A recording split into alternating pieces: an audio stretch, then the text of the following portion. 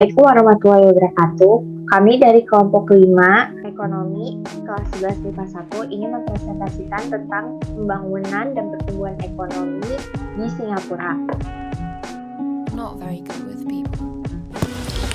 Singapura adalah sebuah negara kecil yang terletak di ujung selatan Semenanjung Malaya karena hanya memiliki luas wilayah 728 km persegi. Sumber daya alam yang dimiliki Singapura pun terbatas, padahal sumber daya alam memiliki peranan strategis bagi suatu kekayaan negara. Pertambangan dan pertanian yang menjadi andalan beberapa negara di Asia Tenggara tidak semua dimiliki Singapura. Alhasil mereka mengimpor barang-barang tambang dari beberapa negara seperti Indonesia. Meski memiliki sumber daya alam yang terbatas, Singapura memiliki industri berbasis sumber daya alam yang maju. Inilah kunci Singapura untuk menjadi raksasa ekonomi di Asia Tenggara, bahkan dunia. Negara-negara di ASEAN yang kaya bahan tambang entah mengekspor ke Singapura untuk diolah menjadi berbagai barang kebutuhan. Sebagai contoh, Indonesia menjual minyak mentah ke Singapura untuk diolah di sana. Setelah jadi, Singapura menjual produk olahan ke Indonesia, tentu dengan harga yang berkali-kali lipat. Beberapa barang dagangan Singapura tak lainnya antara lain pipa besi, baja, kapal, bahan kimia, dan alat-alat elektronik. Selain itu, negara Singapura memiliki posisi strategis karena terletak di jalur silang pelayaran internasional. Tentu saja ini menguntungkan untuk kegiatan perdagangan dan pariwisata. Faktanya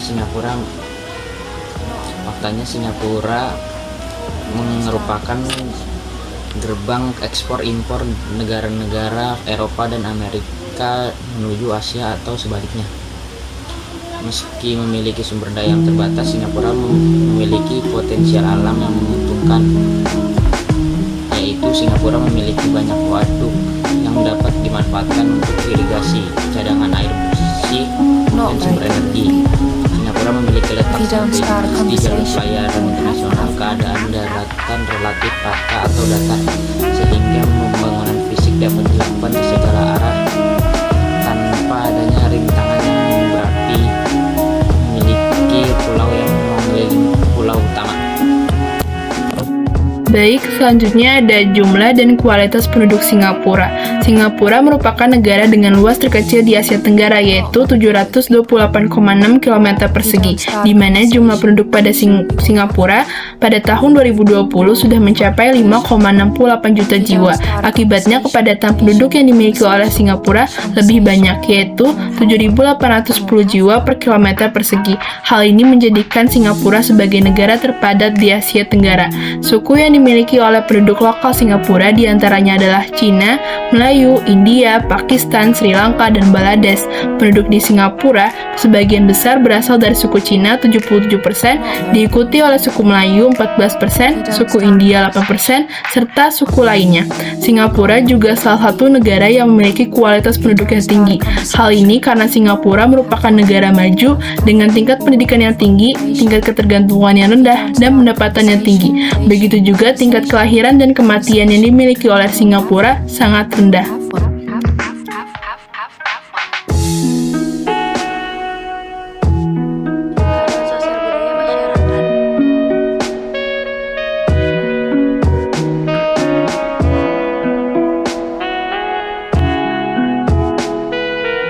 Not very good with people.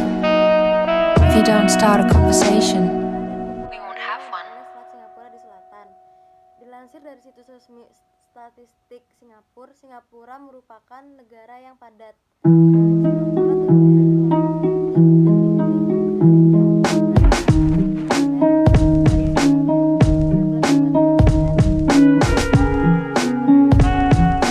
Not very good with people.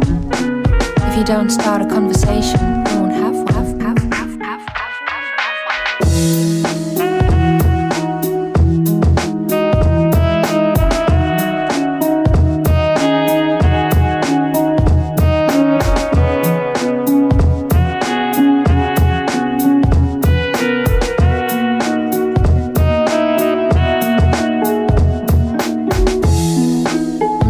good with people.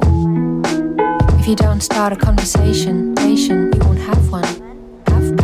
We won't have one. If you don't start a conversation, we won't have one. We won't have one.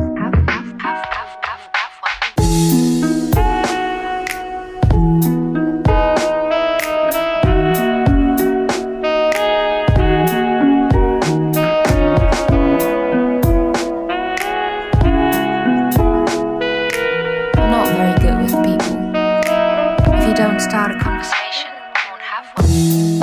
I'm not very good with people. If you don't start a conversation, we won't have one. Kemajuan teknologi, Singapura telah berkembang pesat menjadi pusat teknologi Asia dan menjadi tujuan utama favorit perusahaan-perusahaan yang ingin pamernya meneliti di kawasan negara berkembang.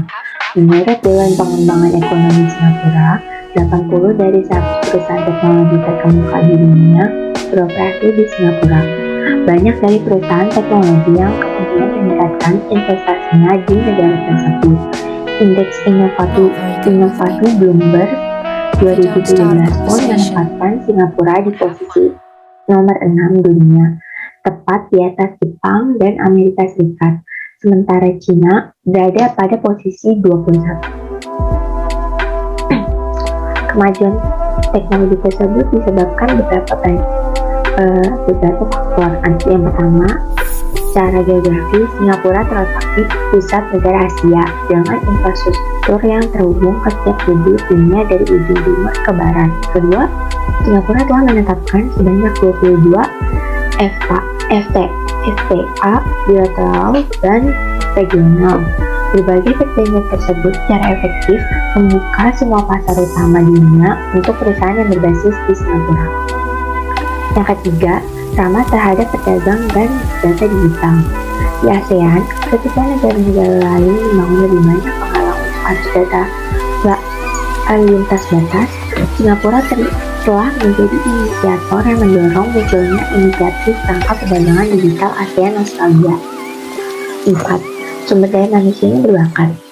Singapura telah mengalokasikan $19 miliar Amerika Serikat untuk Research, Innovation, and Enterprise 2020 Plan atau RIE yang berfokus pada ekonomi dan industri manufaktur yang canggih, layanan dan ekonomi digital, ilmu kesehatan dan biomedis, serta solusi berkelanjutan perkotaan. 5. Singapura memiliki kerangka kerja kontrol ekspor dan protokol perizinan sendiri berdasarkan kerangka kerja barat, sehingga memberikan kesempatan luas bagi perusahaan asing yang ingin mengelola ekspor mereka. Saya Syara Rizkyati Muklis. Saya di sini akan menjelaskan tentang kondisi politik di Singapura. Politik Singapura mengambil bentuk republik parlementer, perwakilan di mana Presiden Singapura sebagai kepala negara. Perdana Menteri Singapura adalah kepala pemerintahan dan sistem multipartai. Eksekutif terdiri kabinet yang berasal dari parlemen dan pada tingkat yang lebih rendah. Presiden Singapura, kabinet memiliki arahan umum dan kendali atas pemerintahan dan pertanggungjawaban kepada parlemen. Terdapat 3 cabang dari pemerintahan, the legislative, eksekutif, dan yudikatif, yang mengacu pada sistem Westminster. Legislatif berada di tangan pemerintahan dan parlemen Singapura.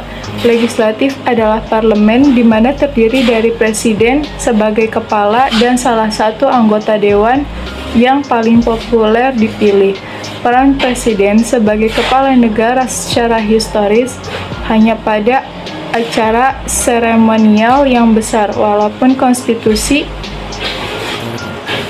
mengamandemennya pada tahun 1991 untuk memberikan presidengan beberapa kekuatan vote pada beberapa kebijakan seperti penggunaan anggaran cadangan negara dan menunjukkan Mahkamah Agung, Pegawai Negeri, dan Angkatan Bersenjata Singapura.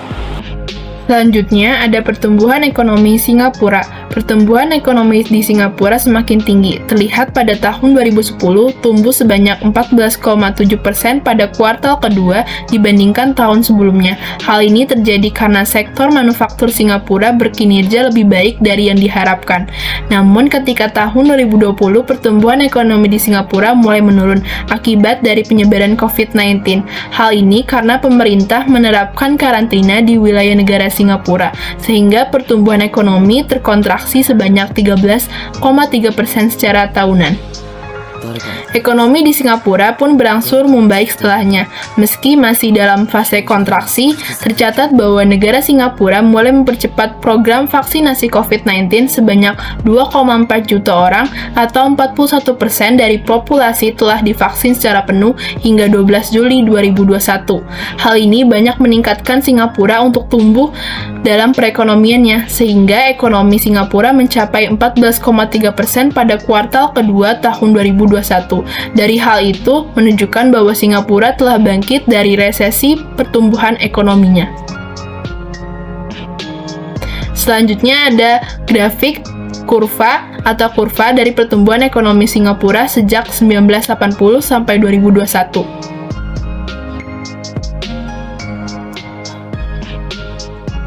Pada tahun 2020 bisa terlihat bahwa pertumbuhan ekonomi di Singapura semakin menurun.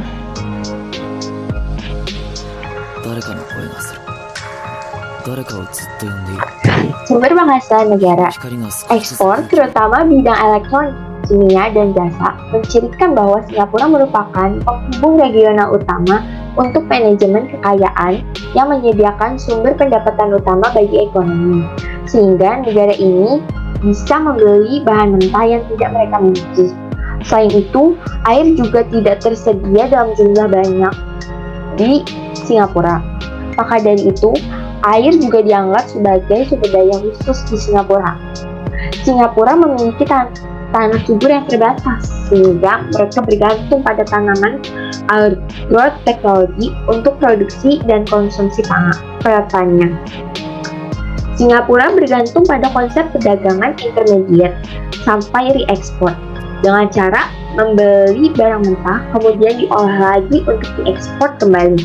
Contohnya pada industri fabrikasi wafer dan penghilangan minyak. Singapura juga memiliki pelabuhan yang strategis sehingga menjadikannya lebih kompetitif daripada negara tetangga lainnya. Singapura memiliki rasio perdagangan terhadap PDB tertinggi di dunia. PDB tertinggi dunia rata-rata berkisar 400% selama 2008 sampai 2011. Pelabuhan Singapura adalah pelabuhan kedua tersibuk di dunia menurut volume kargo. Letak Singapura dalam jalur perdagangan dunia dan lalu lintas laut, di mana berbagai pusat dan pangkalan operasi pelayaran ke negara lain. Sebagai lalu lintas dunia, menyebabkan Singapura sangat diuntungkan dengan keadaan tersebut. Semua kemajuan teknologi dan informasi dari belahan dunia dapat segera diterima dan diadopsi. Selain itu, pajak-pajak yang diterima pun akan bertambah. Jalur transit menjadi sumber devisa yang sangat besar bagi keadaan ekonomi Singapura. Jika ditinjau dari sejarah pendirian negara, Singapura merupakan negara yang berdaulat pada tahun 1965. Pada saat itu, Singapura dihadapkan pada ancaman terjadinya pengangguran besar-besaran. Infrastruktur di dalam negeri Singapura juga sangat tidak mendukung untuk menopang roda perekonomian. Maraknya perjudian dan gangster, serta tingkat pendidikan masyarakat yang minim, di mana mayoritas penduduknya adalah pedagang dan nelayan, juga menambah beban negara Singapura. Namun, saat ini, ketika negara-negara anggota ASEAN belum siap mental dengan perdagangan bebas ASEAN atau AFTA, pada tahun 2002, Singapura justru malah sebaliknya. Negara Singapura merasa sangat siap.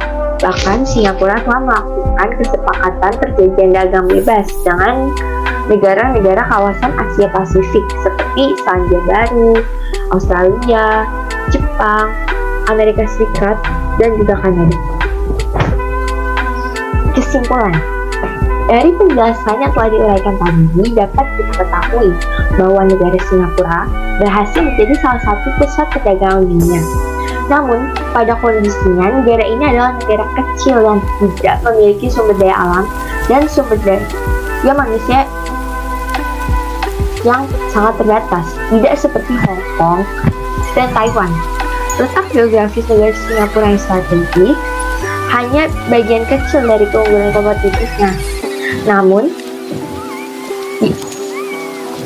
diawali dengan penegakan hukum yang ketat, kebijakan nasional yang jelas, serta disiplin tinggi, bahkan ditunjang pembangunan pertahanan dan industri yang kuat, jalan dengan infrastruktur bisnis, industri keuangan, pendapatan per kapita yang relatif tinggi, dan pengembangan sektor jasa dapat diprediksikan menjadi keunggulan kompetitif yang berkembang.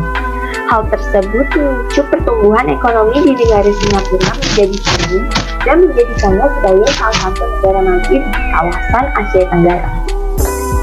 Sekian dari kelompok kami, kurang lebihnya mohon maaf. Wassalamualaikum warahmatullahi wabarakatuh.